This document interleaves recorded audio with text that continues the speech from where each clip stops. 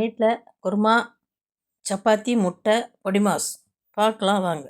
குருமாவுக்கு தாளிக்கிறதுக்கு பட்டை, லவங்கம், பூவு, சோம்பு எல்லாம் வச்சுருக்கேன். இஞ்சி பூண்டு இடித்து வச்சுருக்கேன், கருவேப்பிலை வச்சுருக்கேன், தேங்காய் அரைச்சி வச்சுருக்கேன், உருளைக்கிழங்கு, கேரட்டு, வெங்காயம், பச்சை மிளகா, தக்காளியெல்லாம் வச்சுருக்கேன். செய்யும் போது பார்க்கலாம். குருமாவுக்கு தேவையான அளவு எண்ணெய் ஊற்றிக்கலாம். தாளிக்கலாம். இஞ்சி பூண்டு போடலாம். பட்டெல்லாம் தாளிச்சிட்டு இஞ்சி பூண்டு வதக்கிட்டு வெங்காயம், பச்சை மிளகா போட்டு வதக்கலாம். வதக்கிட்டு கருவேப்பிலை போட்டு வதக்கணும். வெங்காயம் வதக்கிட்டு தக்காளி போடணும்.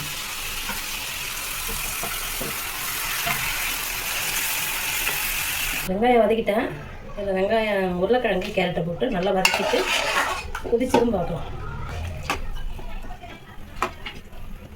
சும்மா 1/2 லிட்டர் தண்ணியை ஊற்றி கொதி வரட்டும் பார்க்கலாம். தண்ணி கொதி வந்துருச்சு. மஞ்சத்தூள் 1/4 ஸ்பூனு, 1 ஸ்பூன் மிளகாத்தூள், தேவையான அளவு உப்பு. கொதிச்ச பிறகு பார்க்கலாம். இது அரைச்சிருக்கேன். தேங்காய், சோம்பு, மிளகு சீரகம், பூண்டு வச்சு அரைச்சிருக்கேன். குருமா கொதிச்சிருச்சு. இதை போட்டு ஒரு 5 நிமிஷம் கொதிக்க வச்சு இருக்கணும். குருமா ரெடி. கொதிச்சிருச்சு. இதில் மல்லி கருவேப்பிலையை தூவிட்டு ஒரு 2 நிமிஷம் பிறகு இறக்கிடலாம். அவ்வளோதான், குருமா ரெடி. இது எங்களோட ஸ்டைலு.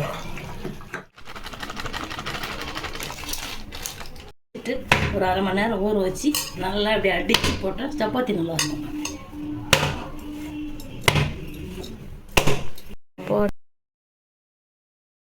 சப்பாத்தி போடுறத பாருங்கள்.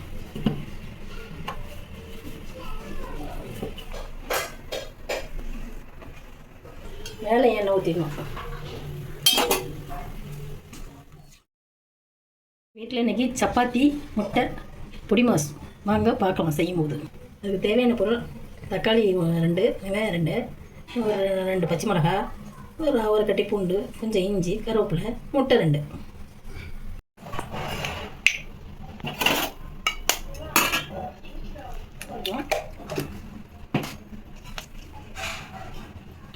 மஞ்சத்தூள் கொஞ்சம்.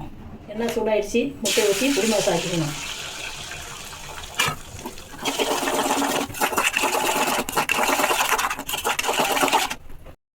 பொடி மாசுக்கு கடுகு போடணும். கடுகு வைக்கணும். பூண்டு, பச்சை மிளகா, வெங்காயம் எல்லாம் நல்லா வதக்கிட்டு பார்க்கலாம். இந்த தக்காளி போட்டு வதக்கும். வதக்கின பிறகு பார்ப்போம். தண்ணி ஊற்றிட்டு 1/4 ஸ்பூன் மஞ்சத்தூள், 1/4 ஸ்பூன் மிளகாத்தூள் போட்டு கொதிக்க வந்ததும் உப்பு போட்டு கொஞ்சோண்டு கொதி வந்த பிறகு பொடி மாசை கொட்டி இறக்கணும்.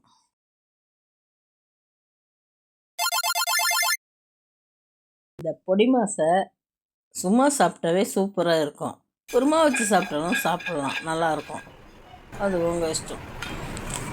வாங்க சாப்பிட்லாம். பொடி மாஸ்.